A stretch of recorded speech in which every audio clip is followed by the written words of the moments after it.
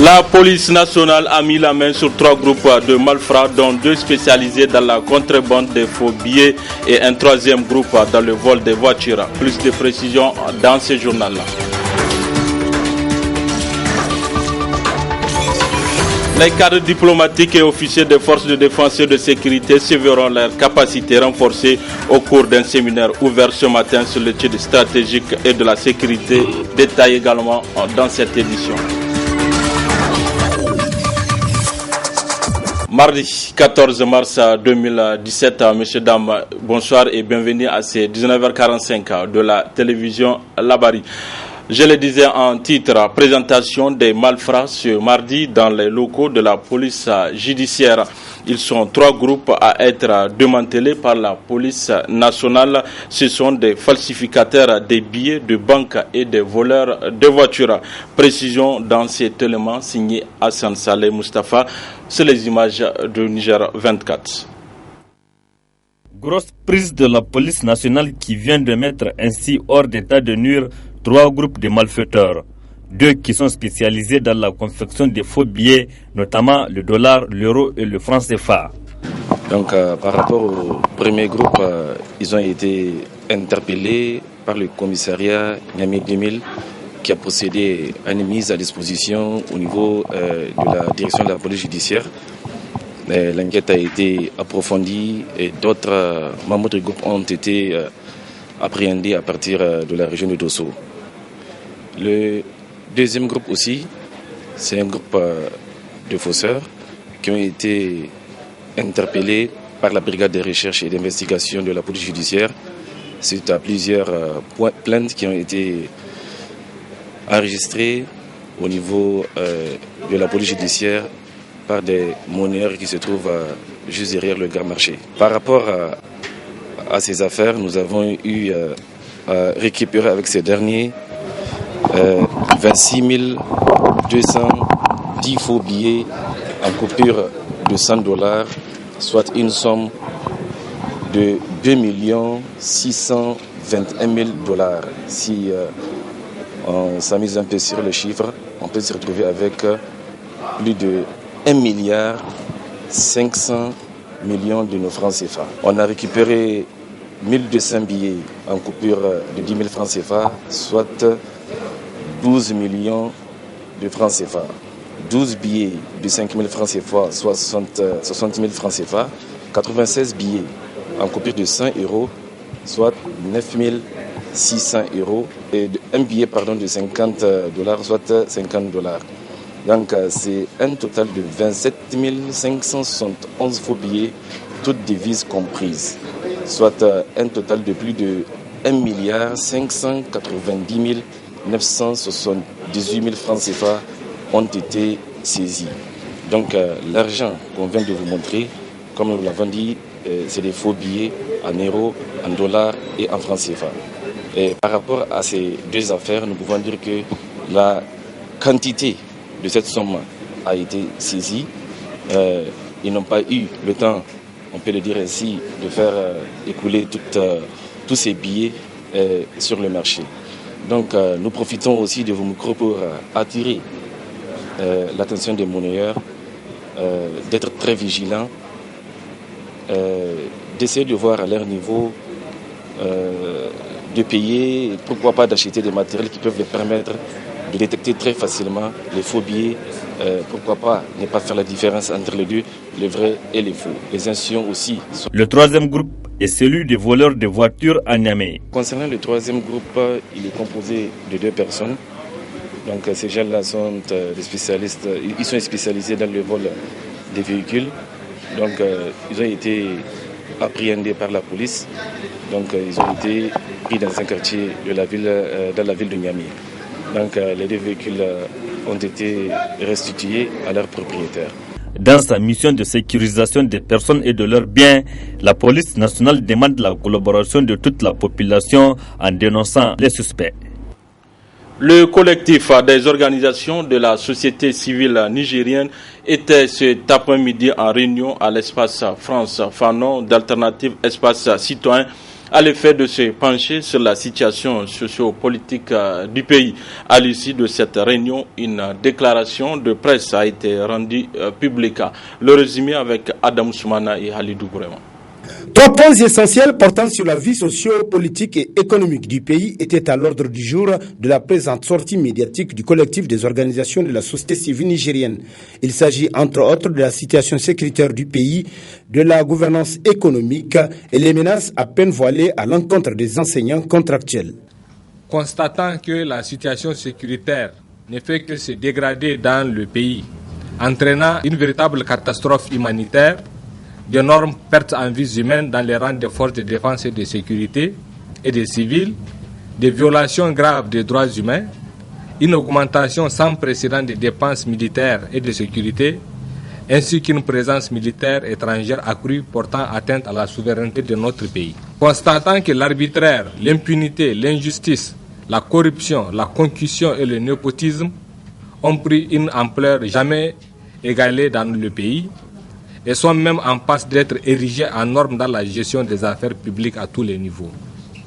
Constatant la déliquescence sans précédent du système éducatif nigérien, marqué par une baisse vertigineuse de la qualité des enseignements consécutive à plusieurs années de politique d'ajustement structurel et à l'absence d'une volonté politique réelle d'allouer des ressources suffisantes à ce secteur dont l'importance pour l'avenir du pays n'est plus à démontrer. Face à cette situation, les acteurs de la société civile déclarent « Exprimons notre profonde indignation devant la récurrence et le lourd bilan des attaques terroristes qui viennent mettre à nu les défaillances et les insuffisances de notre système de sécurité, malgré les énormes ressources financières qui lui ont été consacrées officiellement au cours de ces dernières années.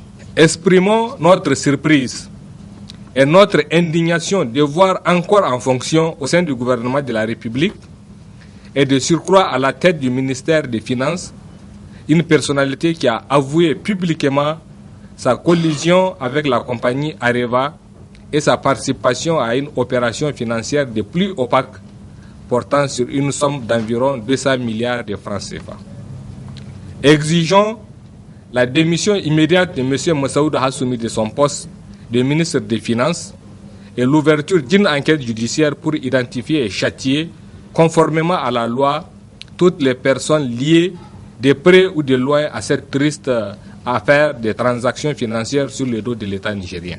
Dénonçons et condamnons fermement et vigoureusement la politique va-t-en-guerre choisie par le gouvernement face au débrayage du syndicat des enseignants contractuels, qui s'est illustré par des menaces, des interpellations et une stigmatisation honteuse des enseignants contractuels par le ministre de l'Intérieur, M. Bazoum Mohamed.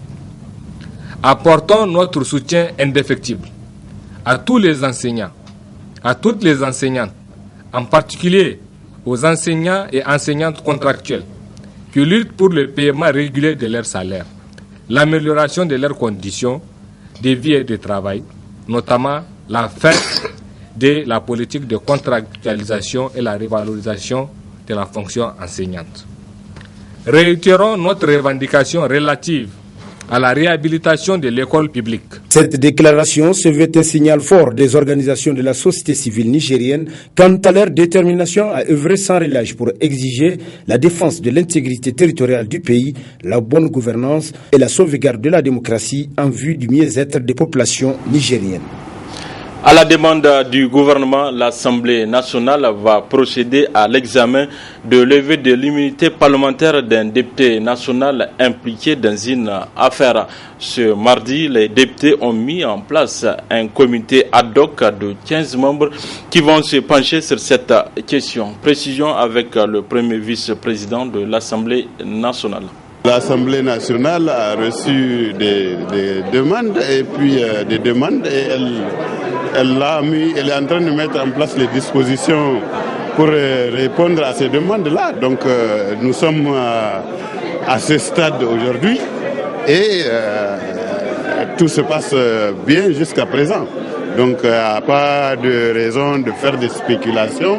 Les députés sont des députés élus, des députés nationaux, et ils sont ici chacun libre de sa conscience. Donc moi je ne vais pas spéculer comme vous voulez pour dire voilà ce qui va se passer.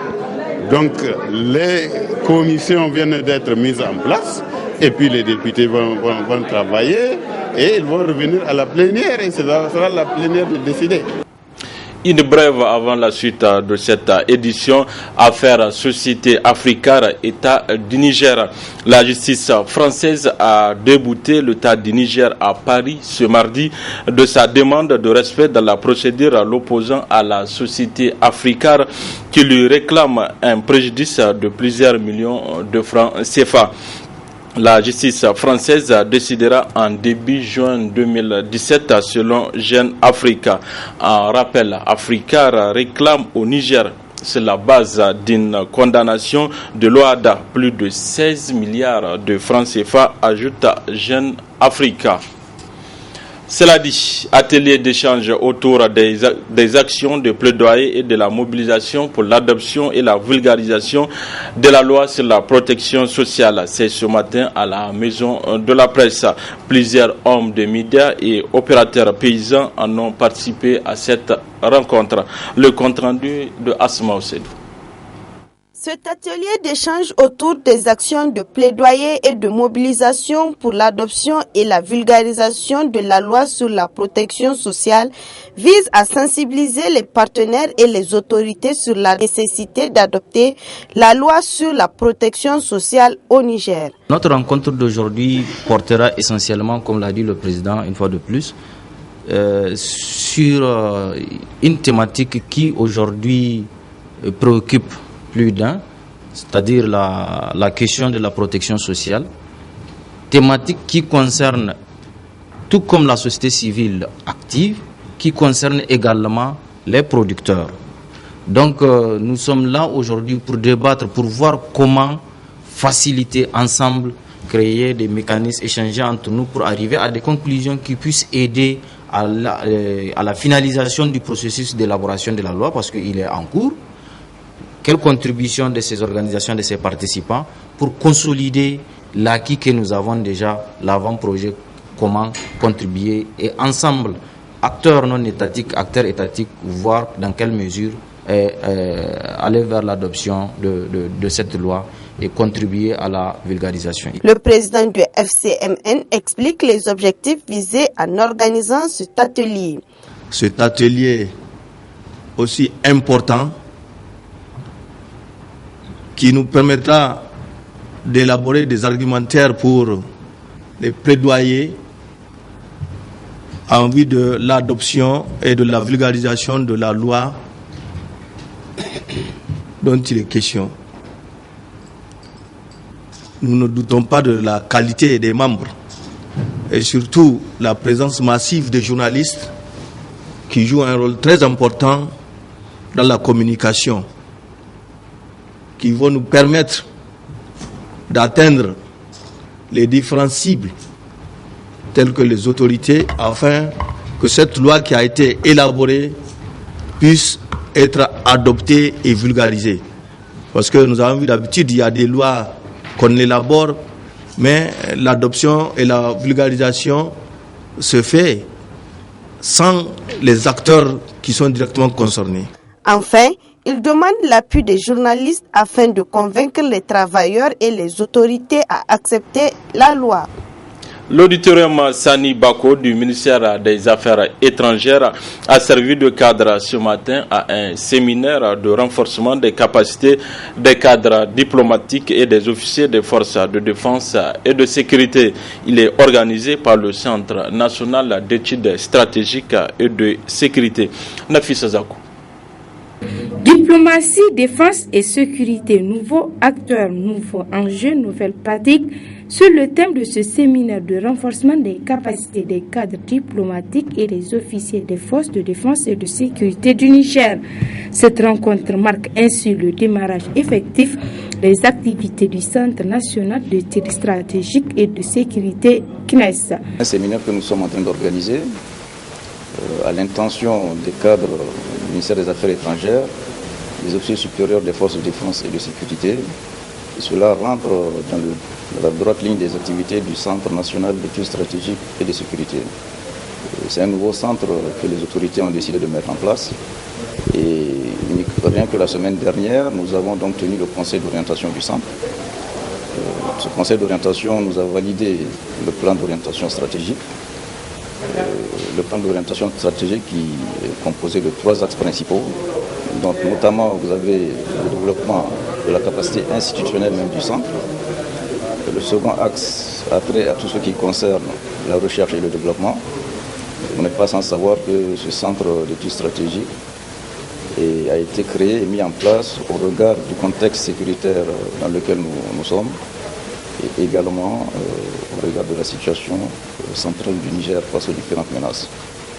Et donc c'est pour ça que ce second volet sera consacré essentiellement à tout ce qui a trait à la recherche et au développement de stratégies. Et le troisième volet aura attrait à la formation et au renforcement des capacités.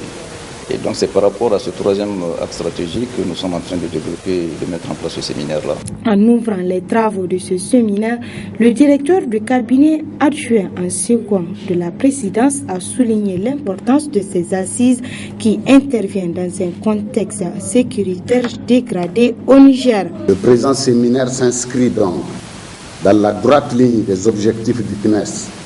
À cet égard, les exposés qui vous seront présentés permettront d'engager une interaction intense et fructueuse à travers un exercice d'échange et de partage de connaissances.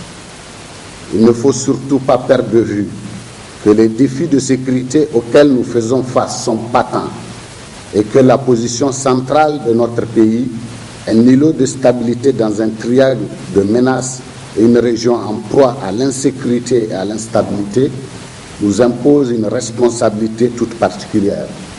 C'est pourquoi je vous demande de tirer le maximum d'enseignements sur les différentes thématiques qui seront développées par les experts. Durant toute une journée, les participants seront édifiés sur plusieurs sujets portant sur des questions sécuritaires caractérisées par des attaques terroristes meurtrières. Ouverture officielle de la journée de l'étudiant en philosophie ce mardi matin à l'université Abdou Moumouni, une manifestation qui en est à sa 4e édition et qui a vu pour la première fois le parrainage d'une autorité, en l'occurrence le ministre d'État, ministre de l'Intérieur Bazoum Mohamed. Le compte rendu de Abdelazak Hamidou. Cette cérémonie marque le début de la journée de l'étudiant en philosophie, organisée par le club des étudiants de philosophie. Cette journée de l'étudiant en est à sa 4e édition et pour la première fois, elle bénéficie du parrainage d'une autorité, à la présence du ministre d'État de l'Intérieur, de la Sécurité publique, de la décentralisation et des affaires coutumières et religieuses, lui-même philosophe. Chaque année, ces jeunes étudiants, avec leurs maigres moyens, organisent une manifestation scientifique, culturelle et sportive. Cependant, cette année est une année exceptionnelle, car leur manifestation est parrainée par son Excellence Bazoum Mohamed, ministre d'État de l'Intérieur. Depuis la création du club, c'est la première fois que des personnalités de haut rang assistent à l'ouverture officielle de la journée de philosophie organisée par le club. Cette initiative du dynamique club des étudiants en philosophie est salutaire et mérite un soutien accru. Je voudrais vous dire que je suis très fortement impressionné par le nombre des étudiants qui sont venus à cette cérémonie. Je m'attendais à un amphithéâtre qui ne serait pas celui-ci, avec des effectifs de participants bien moindres. Ce qui m'impressionne le plus, ce n'est même plus tant votre nombre que l'engouement que vous avez exprimé à chaque fois qu'il avait fallu.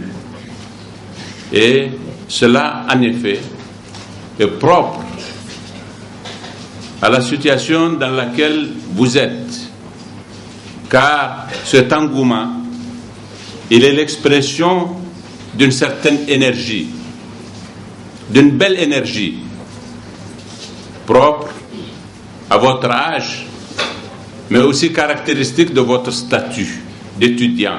Cette 4e édition, la journée de l'étudiant en philosophie est placée sous le thème « Le nationalisme de la jeunesse africaine comme facteur de développement ». Un choix qui n'est pas fortuit. Ce thème s'exprime du fait que l'on a constaté une fuite de responsabilité à l'endroit de nous, jeunes africains. En effet, sur notre continent, l'Afrique, le continent qui contient le plus de jeunes au monde est dernier. C'est parce que, d'une part, les gouvernants africains n'ont pas une bonne politique de sa jeunesse. Une cérémonie agrémentée de plusieurs prestations artistiques, de remises de témoignages de satisfaction et a pris fin par une visite guidée du club des étudiants en philosophie. Actualité dans nos régions avec cette visite dans le département de Gaïa d'une mission de la Banque mondiale sur les travaux d'aménagement des voies à travers le projet de gestion des risques de catastrophes et de développement urbain. Objectif, s'inquérir de l'état d'avancement de ces travaux. Le compte rendu de nos confrères de Dounia Dosso. Lancé le 20 janvier dernier sur financement de la Banque mondiale à travers le projet de gestion des risques de catastrophes et de développement urbain pour un montant de 660 957 786 francs CFA pour un délai d'exécution de 4 mois, les travaux d'aménagement de Kessa, Sakondjibirni et Tara dans la commune urbaine de Gaïa constitue la première étape de la visite de la mission de la Banque mondiale et du gouvernement du Niger à Gaïa pour évaluer le niveau d'exécution de ces travaux. D'une superficie de 40 hectares, le site d'aménagement de Kessa comporte entre autres la réhabilitation de la station de pompage pour l'irrigation, la fourniture et la pose d'une prise d'eau flottante, la réalisation d'une station de pompage pour le drainage. Le taux d'exécution des travaux est de 24% et que tous les travaux de terrassement finiront d'ici fin mars, selon les explications des ingénieurs qui sont sur le chantier. Après la visite de la station de pompage de Sakondjibirni, la délégation s'est dirigée sur le site de construction de la caserne des sapeurs-pompiers de Gaïa, une caserne qui abritera un bloc administratif, des logements et des garages. La commune urbaine de Dosso a constitué la seconde étape de cette mission qui s'est transportée sur la digue route qui est située sur la route nationale numéro 1, puis au niveau du Kori du quartier Banizumbu et sur les caniveaux des quartiers Tondobon et Manguekwara, des chantiers inachevés de la fête du 18 décembre 2014. Le secrétaire général du gouvernorat de Dosso nous tire le bilan de ces 2 jours de mission. 2 jours durant notre région, donc la du département de Gaïa et la cette mission de supervision de la Banque mondiale du gouvernement donc bien voulu se déplacer pour appuyer l'exécution du projet de gestion des risques de catastrophes et du développement urbain. Il faudrait que au niveau du département de Gaïa, les visites ont porté sur 3 types d'actions. Donc, notamment, c'est les aménagements agricoles, la caserne de sapeurs-pompiers et éventuellement un produit.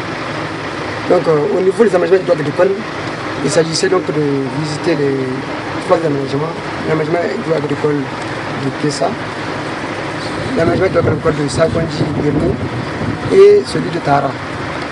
Au niveau de ces 2 aménagements que nous avons visités, il faut que déjà les travaux sont en bon train, ils ont bien démarré et nous pensons que les délais contractuels puissent être respectés. Les dispositions ont été prises pour que ça soit ainsi, aussi bien au niveau national qu'au niveau de la région. Au niveau de la journée d'aujourd'hui a été consacrée à la visite de la ville de Dosso. Vous savez, Dosso a déjà un schéma d'aménagement de la ville et c'est sur cette base que tous les travaux qui ont été engagés par le projet de gestion des risques catastrophes et de gestion de développement durable ont été engagés. La Banque mondiale, à travers le PGRC-DU, vient apporter un soutien fort à l'État du Niger dans sa quête de développement. Il faut ajouter que dans le cadre du bien-être des populations nigériennes, le PGRC-DU a entrepris la construction de plusieurs maternités et d'au moins 30 salles de classe cette année dans la région de Dosso. Voilà, messieurs, dames, c'est tout pour ces 19h45 de la télévision Labari. Merci à vous de l'avoir suivi. Au revoir.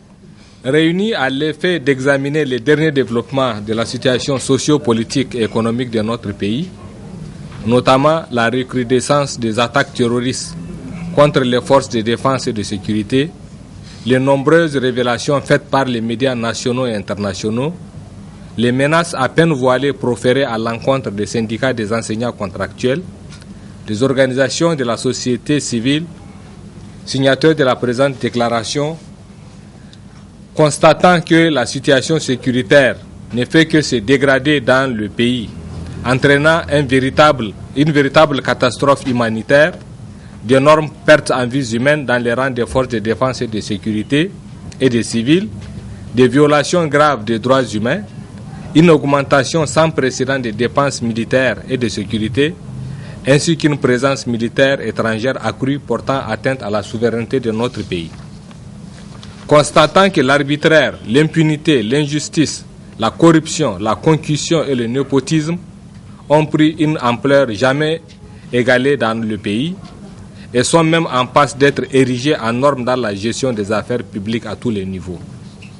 Constatant la déliquescence sans précédent du système éducatif nigérien, marqué par une baisse vertigineuse de la qualité des enseignements consécutive à plusieurs années de politique d'ajustement structurel et à l'absence d'une volonté politique réelle d'allouer des ressources suffisantes à ce secteur dont l'importance pour l'avenir du pays n'est plus à démontrer.